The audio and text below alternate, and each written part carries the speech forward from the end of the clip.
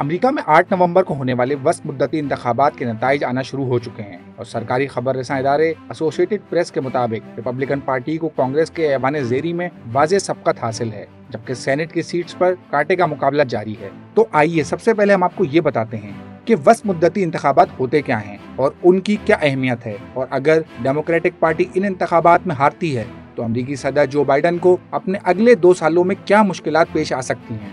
امریکہ میں وسط مدتی انتخابات ہر 2 سال بعد نومبر کے پہلے منگل کو ہوتے ہیں۔ اگر یہ منگل پہلی تاریخ کو نہ ہو تو اس میں کانگریس کے ایوان زیری، جس کو ایوان نمائندگان کہا جاتا ہے، کہ تمام 435 اراکین کا انتخاب کیا جاتا ہے، جبکہ سینٹ کے 1/3 یعنی 33 یا 34 اراکین کا چناؤ بھی ہوتا ہے۔ یہاں یہ بات بھی اہم ہے کہ ایوان نمائندگان کے اراکین 2 سال کے لیے منتخب ہوتے ہیں، جبکہ سینٹ کے 100 اراکین کی مدت 6 سال ہے۔ اس کے علاوہ گورنرز، ریاستی اسمبلیوں اور دیگر نچلی سطح کے انتخابات بھی وسط مدتی انتخابات کے دوران ہوتے ہیں۔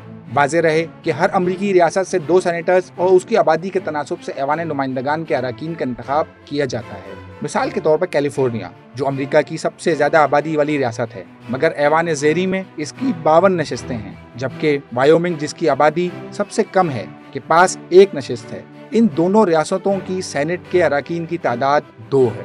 یہاں یہ بات بھی یاد دلاتے چلیں کہ امریکہ میں صدارتی نظام ہے اور صدر کا چناؤ براہ راست انتخاب سے ہوتا ہے اور اس کا وسط مدتی انتخابات سے کوئی تعلق نہیں۔ مگر ایسا بھی نہیں کہ ان دونوں ایوانوں کی کوئی اہمیت نہیں، بلکہ کسی بھی بل کے پاس ہونے کے لیے کانگریس کی منظوری ضروری ہوتی ہے، اور اس کے لیے ضروری ہے کہ دونوں ایوان اس بل کو منظور کریں۔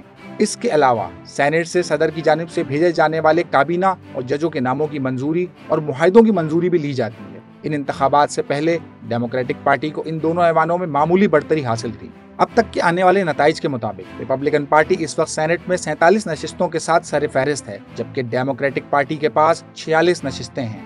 دیگر جماعتوں کے پاس 2 نشستیں ہیں۔ ابھی بھی 3 نشستوں کا فیصلہ آنا باقی ہے، اور موجودہ 33 نشستوں کے انتخاب میں ریپبلکنز 18 نشستوں پر آگے ہیں، جبکہ ڈیموکریٹس 12 نشستیں جیتنے کی پوزیشن میں ہیں۔ ایوان نمائندگان میں ریپبلکن کو اب تک کے نتائج کے مطابق بڑی اکثریت حاصل ہے اور وہ 193 نشستوں پر آگے ہیں، جبکہ ڈیموکریٹس نے ابھی صرف 166 نشستوں پر اپنی بڑھتری دکھائی ہے۔